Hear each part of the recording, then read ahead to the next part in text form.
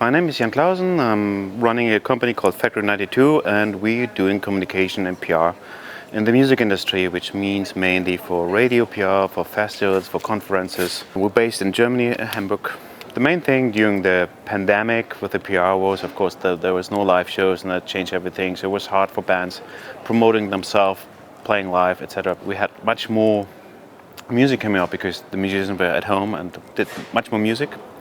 So we had just more stuff to promote. But on the other hand, we had less media. So a lot of city mags, print magazines went bankrupt because they hadn't enough customers. So that was a kind of situation during the pandemic. What's happening now, or what we're expecting with the future of the PR, or with the future of the events, is that we're having in the spring of 2020 much more concerts. So we need much more PR, much more bands coming on tour, new albums coming out. So that will be just an overload of output.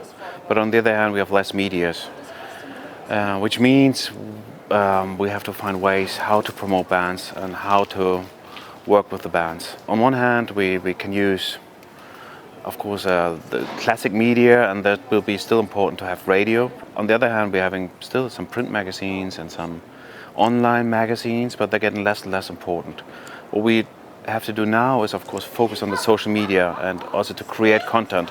But this is kind of dangerous because the bands have to make music and playing live and not only creating content. For us as a PR agency, we're becoming more like content creator and journalists, which I don't like that much because we are not journalists, so we need journalists to do that.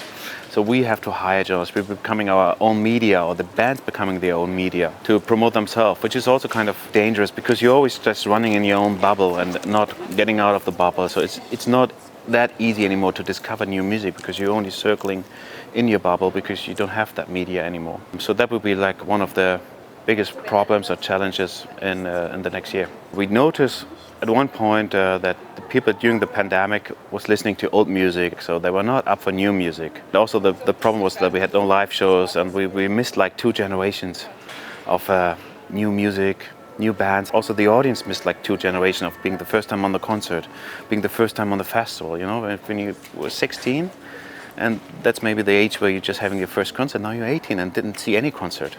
So that's the big problem, and this is of course the challenge, that we have to get all the people back, that they have to buy music, listening to music, to see bands, coming to the shows. That will be one of the challenges next year, especially for new bands, to get the attention, to have the chance to create fans, to being at venues, because the venues were totally booked, to have a chance to have their own shows. You have to do it much more long term, and you have to be more creative. So you have to be using your own creativity to create your own challenge, make your own videos, to make your own social media, to be visible. So don't count only on the media. On the other hand, really think about how you can reach your audience. So it's not, everything is not TikTok, because everybody's saying TikTok is a new thing.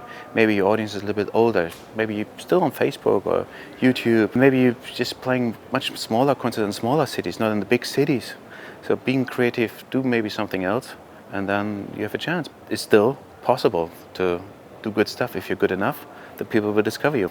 It's still the media, but the people listen to it, and you have a filter. Nowadays, of course, you have an algorithm on your Spotify, Apple Music account, but you can discover new stuff and you listen to it. And always, you have special shows, special things, and even announcement for shows and everything, which you don't have on the Spotify playlist or Spotify, Apple Music. You still reach out to a lot of people, like 100,000 people in the city, listen to the music in the morning, in the afternoon, maybe to the special shows. And normally they also mirror all the stuff which is going on the social media.